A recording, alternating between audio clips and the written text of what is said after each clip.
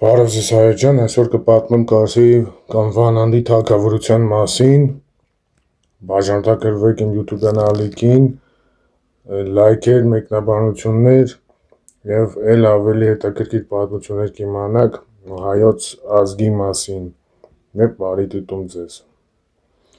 961 թվականին Աշոտ 3-րդ ողորմած Անի հռչակեց մայրաքաղաք Կարսից, այնտեղ փոխադրելով արքունիքը։ 963 թվականին Աշոտ 3-րդի եղբայր Մուշեղը, որ երկրի սպարապետն էր, հռչակվեց Կարսի կամ Վանանդի թագավոր, ճանաչվելով Անիում իշխող եղբոր գերգահությունը։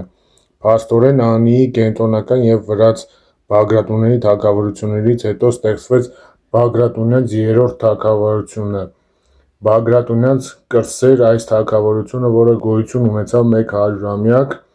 963-ից 1065 թվականներին, երբևէ չհակադրվեց հայկական կենտրոնական թագավորությանը։ Այն ռազմաքաղաքական եւ տնտեսական սերտ հարաբերություններ ուներ Անիի գերագույն գահի հետ եւ կարեւոր դեր կատարեց հայոց պատմության կազմում։ Մուշեղ Բագրատունուն հաջորդած Աբբաս արքայի օրոք 984-ից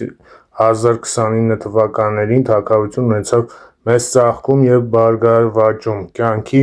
բոլոր ոլորտներում։ 1045 թվականին Անիի թագավորության անկումից հետո Կարսի կամ Վանանդի թագավորության առկա Բագրատունյանց գահակարգում համարվում էր առաջինը։ 1064 թվականին Սելջուկ թուրքական արշավանքը գլխավորած Սուլթան Ալփ Արսլանը գրավեց Աղվանքը,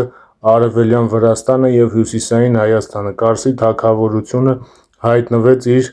հպատակությունը։ 1065 թվականին ճնշելով սելջուկների բարբարոսական տիրապետությունից Կարսի վերջին թագավոր Գագիկ Աբբաս Բագրատունին